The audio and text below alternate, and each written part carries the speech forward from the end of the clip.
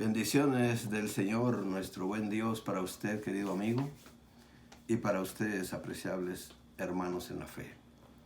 Dios siga siendo de mucho provecho, de mucha bendición, de mucho estímulo para cada uno de ustedes. Debemos amar a nuestro Dios. Y espero que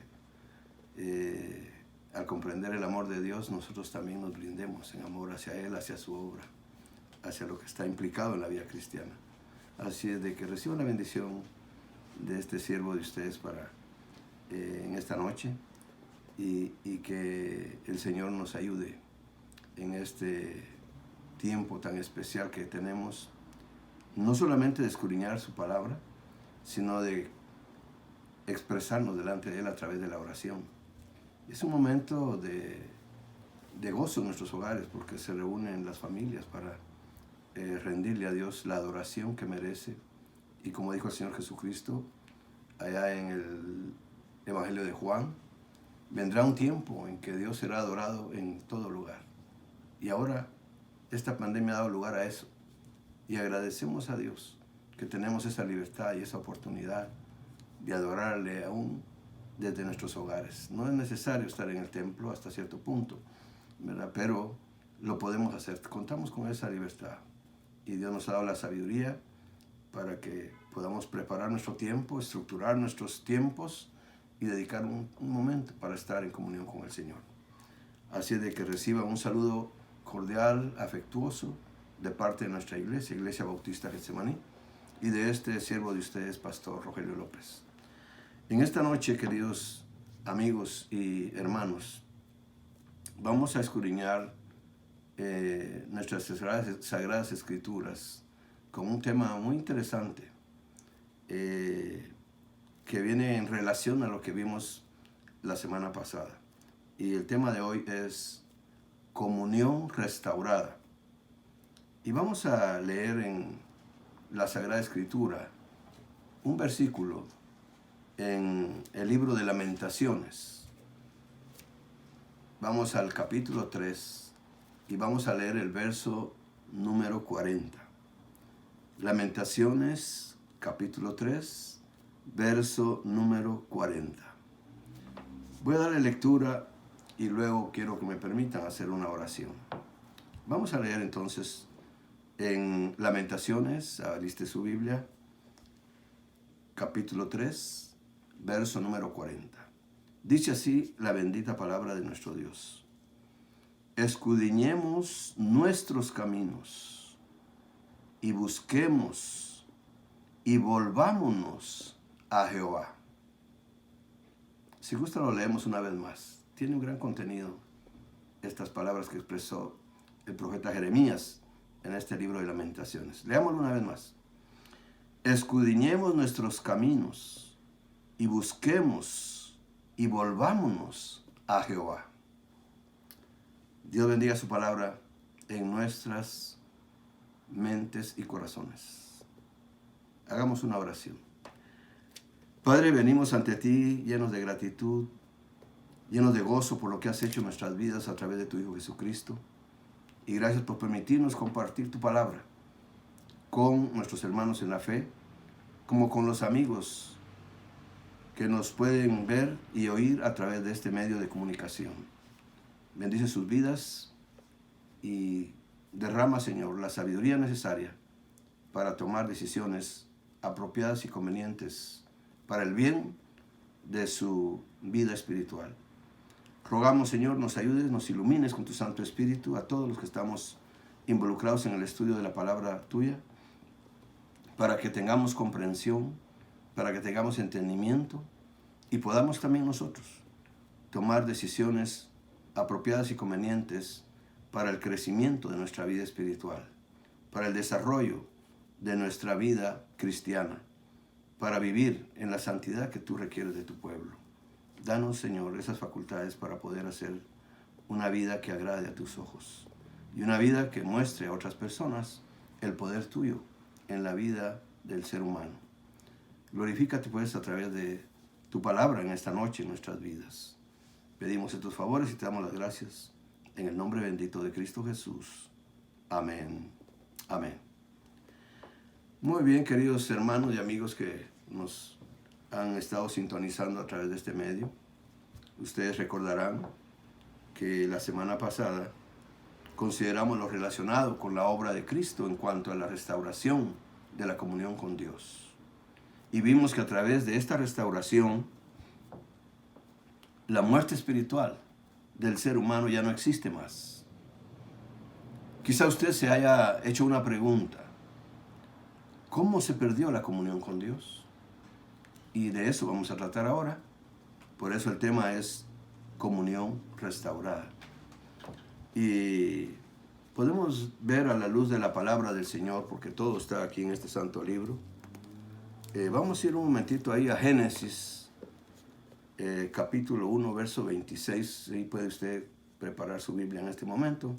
Vaya a Génesis y consideremos lo que nos dicen. Cuando usted lee la Biblia o lee el libro de Génesis, se va a dar cuenta que en los primeros capítulos de este libro leemos que Dios creó al ser humano a su propia imagen y semejanza. Eso es lo que nos da constancia a este libro. Dice el verso 26, entonces dijo Dios, hagamos al hombre a nuestra imagen, conforme a nuestra semejanza, y señoree en los peces del mar, en las aves de los cielos, en las bestias, en toda la tierra, y en todo animal que se arrastra sobre la tierra. Eso fue lo que Dios determinó. Así es de que el ser humano es una criatura muy especial. Es una persona, así como Dios es persona, porque tiene características de Dios mismo. Tiene ciertas capacidades similares a las de Dios. El ser humano tiene capacidad mental. Usted por eso tiene intelecto. Tiene capacidad sentimental. Por eso usted tiene sentimientos. Usted ama, usted odia. Tiene conciencia, es algo muy especial también. Usted sabe lo que es bueno, lo que es malo. Usted sabe lo que es correcto y lo que es incorrecto. Porque Dios lo facultó con esa capacidad, con esa virtud. Y tiene voluntad porque usted hace lo que considera que es conveniente hacer. O usted se moviliza de acuerdo a una necesidad porque tiene voluntad. Le estoy tratando de dar una pequeña orientación de esas facultades que están implicadas en lo que es la imagen de Dios en el hombre. Ahora bien, dije que es una persona, así como Dios es persona, que tiene las facultades de pensar, de sentir y de conciencia y de voluntad. Porque también fue facultado cuando Dios lo crió. Lo facultó para tener una relación con Dios. Por eso vemos cuando leemos, es interesante, importante y tener siempre cuidado cuando estamos leyendo, de ser muy observadores de lo que está relatando la Sagrada Escritura. Si usted lee los capítulos, como dije, primeros de Génesis, se da cuenta de que el hombre, el ser humano, la Biblia nos lo describe cuando leemos esos versos, hablando con Dios, nos lo describe caminando con Dios. Y en ese sentido podemos decir, a la luz de lo que la Biblia nos revela acerca de esa relación y de esa comunión que había entre Dios y el hombre con Dios, de que todos los atributos dados por Dios estaban funcionando en perfecto orden. Eso es lo que nos revela la Sagrada Escritura. Y eso es lo que apreciamos cuando la leemos con cierto cuidado, con cierto detenimiento, con cierta observación. También nos describe cuando leemos esos capítulos que Adán y Eva desobedecieron. Ellos desobedecieron la instrucción específica que Dios les había dado. Ellos comieron del árbol que Dios había prohibido comer. Era el árbol, según nos narra la Biblia, del conocimiento del bien y del mal. Pero también vemos en ese relato bíblico que Satanás actuó a través de la serpiente y que apeló al orgullo latente de Adán y Eva. Y eso lo vemos en Génesis 3:5. Mire lo que dice Génesis 3:5. Lo que le dice Satanás a través de la serpiente a Adán y a Eva ahí. Sino que sabe Dios que el día que comáis de él, serán abiertos vuestros ojos y seréis como Dios, sabiendo el bien y el mal. Y esto despertó en ellos ese deseo de querer ser igual a Dios. Y hay otras cosas implicadas ahí. También está implicado el que ellos pudieron ver considerado que Dios les había mentido, que no quería que ellos fueran igual a Él. Bueno, hay muchas cosas, pero como le digo, no vamos a tocar ese tema ahora. Estamos viendo nada más las causas, lo que provocó que se perdiera la comunión. Pero al poco tiempo de haber caído en ese error, de haber cometido esa falta, de haber desobedecido, como decía hace un momento, actuó a través de la serpiente Satanás y apeló al orgullo de ellos, ¿verdad? Y pronto Adán y Eva se dieron cuenta que habían hecho mal. La culpabilidad les invadió en su conciencia. Como le digo, hay una facultad que Dios ha puesto en el ser humano, que es la conciencia. Y entonces ahí empezó a trabajar su conciencia. Y se sentían culpables de haber desobedecido la orden de su Creador. ¿Y cuál fue la reacción cuando usted sigue leyendo el pasaje bíblico? Ellos se escondieron de Dios. Esa fue la reacción. Y a la luz de la Biblia vemos que no perdieron la imagen de Dios. Pero esa imagen de Dios fue afectada considerablemente, fue dañada. Y aún con ese daño, retuvieron las cualidades necesarias para la personalidad. Ellos son personas igual que Dios, y todo ser humano es una persona similar a Dios, porque estamos creados a su imagen y semejanza. Pero con esa situación que había dado, esa desobediencia, esas reacciones que experimentaron, se convirtieron en pecadores que cargaban con su culpa, por así decir. Y consecuencia de esto, de cargar esa culpa, de haber cometido esa infracción, esa desobediencia, ellos prácticamente vivían en desobediencia a la voluntad de Dios. Perdieron su relación con Dios. Son consecuencias que vienen. Por haber cometido esa falta, empezaron a vivir en desobediencia a la voluntad de Dios. Perdieron su relación con Dios, como nos lo describe aquí el capítulo 3. Perdieron su comunión con Dios. Fueron expulsados del huerto, eso nos lo describe el capítulo 3 también. Fueron expulsados del huerto o del jardín del Edén, como se les describe en la Biblia, en donde estaban disfrutando de la presencia íntima con el Creador. Vea todos los resultados que hubieron. Resultados que trajo una desobediencia, un mal proceder, una actitud incorrecta delante de Dios. Y tome nota, querido amigo y querido hermano que está allí observando su Biblia y que está llevando la hilación de lo que estoy tratando de explicarle. Tome nota que el orgullo les había conducido a su fracaso moral. El orgullo separa al ser humano de Dios. El orgullo induce al ser humano a creer que él mismo es Dios. El ser humano sufre de dos males que le afligen. Y es el problema mayor de todo ser humano. Pero gracias que la Biblia nos describe las causas que provocan estas clases de actitud ante un Dios que nos ama, un Dios que nos ha brindado lo mejor de Él, por ese amor que nos tiene. Pero el ser humano, decía, sufre de dos males que le afligen: la egomanía y la erotomanía. Egomanía es estar fascinado de uno mismo. El ser humano viene a ser el centro de su propio mundo. Y eso fue lo que ellos trataron de cómo le dijera yo, de evidenciar con su actitud. Una actitud que estaba involucrada en lo mental, lo sentimental y lo voluptivo.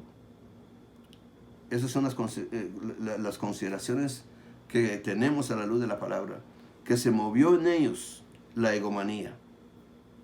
La erotomanía es un interés consumidor por los aspectos sensuales de la vida. El ser humano quiere las cosas que le hacen sentirse bien y que satisfacen sus apetitos. Cada ser humano que nace en este mundo, querido hermano, querido amigo que está escuchando y que está mirando esta transmisión, hereda este deseo y esta inquietud por las satisfacciones sensuales. Es así como encontramos que es más fácil ser malo que bueno. Y esta situación, esto que internamente tiene todo ser humano, fue lo que Satanás a través de la serpiente provocó en Eva primero, para sentirse con ese impulso de hacer lo que era incorrecto y luego convidarle a su esposo, a su marido. Así es de que eso se describe a través de lo que el pasaje bíblico nos va dando a conocer. En ese aspecto, que todos los seres humanos, en este aspecto todos los seres humanos hemos pecado, con nuestra egomanía y con nuestra erotomanía. Y por eso acuérdense que en Romanos capítulo 3, verso 23, dice la Sagrada Escritura: por cuanto todos pecaron, están destituidos de la gloria de Dios. Eso está en Romanos capítulo 3, verso 23. Usted lo puede buscar más adelante. Y en ese contexto de lo que estamos trayendo como hilación de lo que estamos viendo del principio, de lo que fue la comunión con Dios y cómo se perdió, usted puede notar que el ser humano está condenado a enfrentarse a la vida y al destino sin Dios. Y por eso es que Romanos lo dice de una manera bien enfática: por cuanto todos pecaron, están destituidos de la gloria de Dios. No tenemos acercamiento, no tenemos afinidad, no tenemos la comunión con Dios. Está rota, porque esa actitud de nuestros padres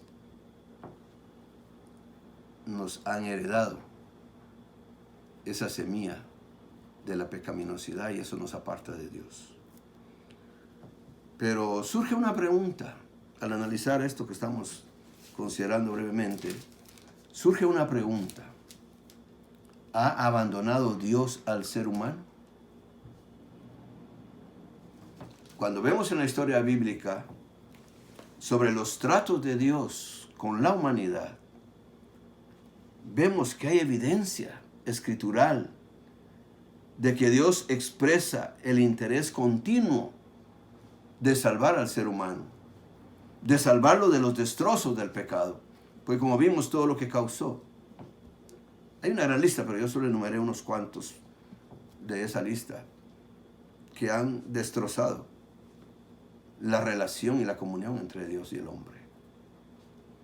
Pero vemos el interés de Dios en toda la Biblia.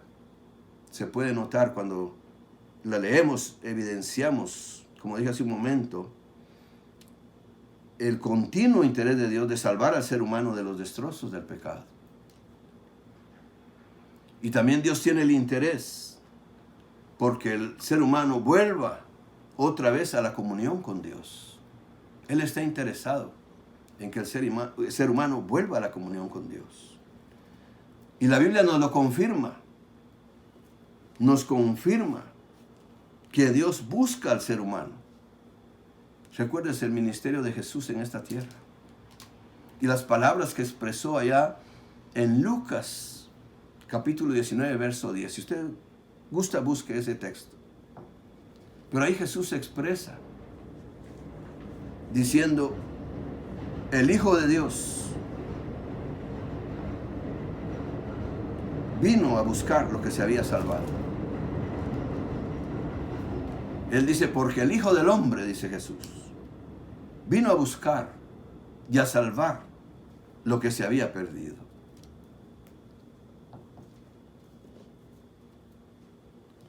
La Biblia nos confirma, pues, que Dios busca al ser humano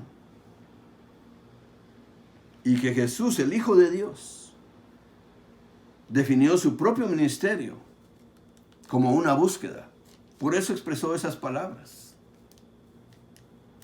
Él dijo, porque el Hijo del Hombre vino a buscar y a salvar lo que se había perdido. Eso nos demuestra entonces, y le demuestra a la humanidad entera, la verdad del esfuerzo sincero de Dios por restaurar la comunión entre Dios y el ser humano. Y recuerde algo que la Biblia nos enseña a través de ese plan redentor de Dios, llevado a cabo a través y por medio de nuestro Señor Jesucristo, el Hijo de Dios, el Hijo amado de Dios, Jesús de Nazaret. Y llegamos a la conclusión, a la luz de los contextos escriturales, a la luz de los contextos bíblicos, que el Evangelio no es religión. El Evangelio es relación, porque se perdió la comunión con Dios. Y solamente volviendo a la comunión se puede tener relación. Así es de que, por eso aclaro que a la luz de la Biblia, el Evangelio no es religión, como mucha gente cree. El Evangelio es relación. Ahora consideremos lo siguiente. La renuencia o resistencia a regresar a la comunión con Dios es la actitud del ser humano, lamentablemente. Eso también la Biblia nos lo describe, nos lo deja ver. El hombre rechaza, el hombre resiste a Dios. No quiere volver a la comunión con Dios. Entonces decimos pues que la renuencia o la resistencia a regresar a la comunión con Dios es la actitud del ser humano, no es la actitud de Dios, porque Dios lo busca. Dios quiere la comunión. El hombre no está buscando a Dios. El hombre no está interesado en la comunión. Es Dios el que ha tomado la iniciativa y el que se ha interesado en buscar al hombre. Por eso las palabras de Jesús cobran gran valor.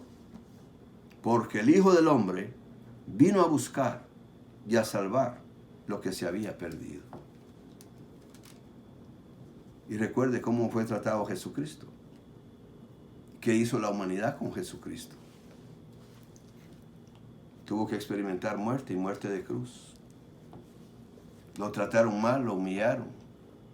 Y bueno, usted de alguna manera estará informado de los acontecimientos que se dieron para con la persona de Jesús.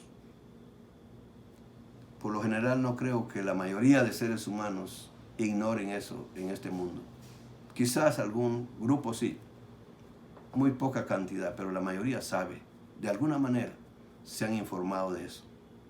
Porque como le digo, el hombre, el ser humano se resiste a regresar a la comunión con Dios. Ahora bien, de lo poco que le he explicado, quizá usted pueda decir, entiendo lo que me han explicado en esta hora, pero ¿cómo puedo volver a tener comunión con Dios? Y aquí en esta Sagrada Escritura se nos dicen algunas palabras expresadas por siervos que tuvieron comprensión de lo que era el propósito de Dios y nos aclaran un poquito a nosotros para entender mejor cuál es el sentir de Dios, el propósito de Dios y qué debemos hacer nosotros para poder volver a la comunión con Dios. En Juan 3:16, Evangelio de Juan, capítulo 3, verso 16, dice: porque de tal manera amó Dios al mundo de personas, por supuesto, que ha dado a su Hijo unigénito, para que todo aquel que en Él cree no se pierda, mas tenga vida eterna. En Romanos 5:11 también, los escritores que ayudan a que uno comprenda el propósito de Dios y que tome decisiones, nos ayudan a hacer decisiones sabias, decisiones positivas, decisiones apropiadas para el bien de nuestras vidas y de la relación que debe haber con Dios. También nos dice ya el escritor de Romanos, en el capítulo 5, verso 11.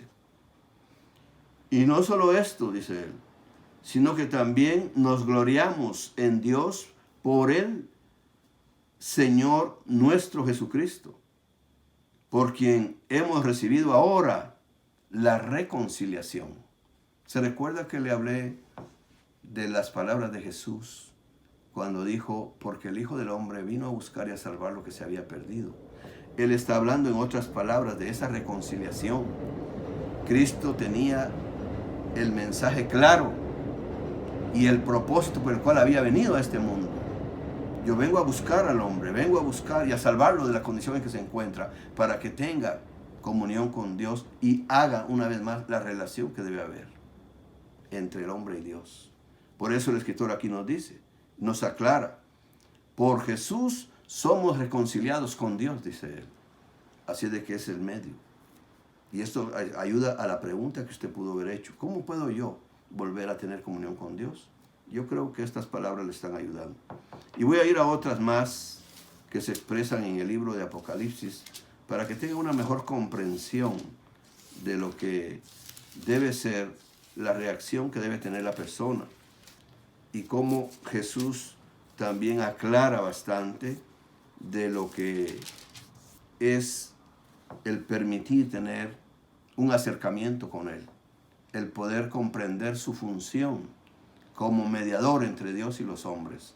Y oiga lo que dice así en Apocalipsis capítulo 3, vaya ahí por favor, y vamos a leer el verso 20, para que sea una manera de que la persona que no ha hecho su decisión por Cristo, la persona que esté interesada en venir a la comunión con Dios, porque acuérdense que está rota la comunión con Dios, está rota la relación con Dios, ahora usted puede tener la oportunidad. Y ese es nuestro propósito, que usted alcance esa oportunidad y que tome la decisión correcta. Apocalipsis 3:20 dice, aunque quiero aclarar que este texto no es apropiado para, dentro del contexto no está para las personas que no tienen a Cristo, sino para la misma iglesia, pero yo lo voy a usar en esta hora en aplicación para que le ayude a la persona, si no tiene a Cristo en su corazón, si ha roto su comunión con Dios, pueda venir a tener esa comunión, a restaurar esa comunión y esa relación. Oiga lo que dice aquí la palabra del Señor, y son palabras del Señor Jesucristo. Dice, he aquí yo estoy a la puerta. En este instante, voy a parar un momentito ahí en esa palabra. He aquí yo estoy a la puerta, dice, y llamo. En este instante, usted que está escuchando, usted que está mirando este video, Dios está tocando la puerta de su corazón. Es Jesucristo que está tocando la puerta de su corazón. Por eso dice en el texto, aquí yo estoy a la puerta y llamo. Si alguno oye mi voz y abre la puerta, entraré a él y cenaré con él y él conmigo. Jesús en esta noche, querido amigo, está tocando la puerta de su corazón. Si usted abre esa puerta, Jesús va a venir a formar parte de su vida y usted en ese instante va a restaurar su comunión y su relación con Dios. Ahora bien, como le digo, esa es la manera en que yo le puedo ayudar a la pregunta que posiblemente usted se pudo haber hecho. ¿Cómo puedo yo volver a tener comunión con Dios? Y esta es la manera. Permitiendo, recibiendo a Cristo que forme parte de su vida. Tiene que venir en arrepentimiento por haber actuado de una manera indiferente para con Dios. Pero ahora es el momento, es un día de victoria para usted, es una noche de victoria. Porque está recapacitando a la luz de lo que le hemos explicado acerca de cómo se perdió la comunión con Dios. Pero usted quizás está dispuesto a volver a tener la comunión con Dios, y esta es la manera que lo debe hacer. Arrepentirse de haber menospreciado que Dios le ha estado llamando no sé cuántas veces, pero ahora usted puede tomar esa decisión y recibir a Cristo, dejarle entrar a que forme parte de su vida. Recíbalo como su Señor y Salvador, y Él le dará entonces un nuevo principio en su vida. Su vida espiritual empieza a tener vida y usted empieza a vivir de acuerdo a la voluntad de Dios, porque está en comunión con Él. Dios mismo le va a ayudar a usted. Dios mismo le va a orientar. Le va a dar la sabiduría para que usted comprenda, la iluminación mental para entender y comprender los propósitos de Dios. Pero este es el paso. Este es el paso importante que hay que dar. Es el paso esencial. Y de usted depende. Usted decide si abre la puerta de su corazón. Yo en lo personal espero que sí. Que usted lo haga, querido amigo, querida amiga, querido joven. Tú puedes hacerlo. De ti depende. Restaura la comunión con Dios. Yo espero eso. Y estaré orando por todos aquellos que están a la distancia, no sé en qué lugar, pero que puedan considerar lo que hemos explicado esta noche. Estaré orando para que Dios les dé el entendimiento y la comprensión y les dé el valor para tomar la decisión de que Cristo venga a formar parte de sus vidas y restaurar así su comunión con Dios y su relación.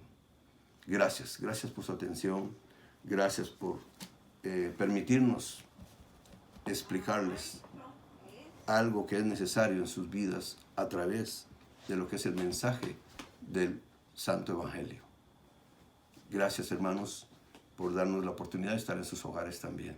Dios siga bendiciendo sus vidas. Buenas noches.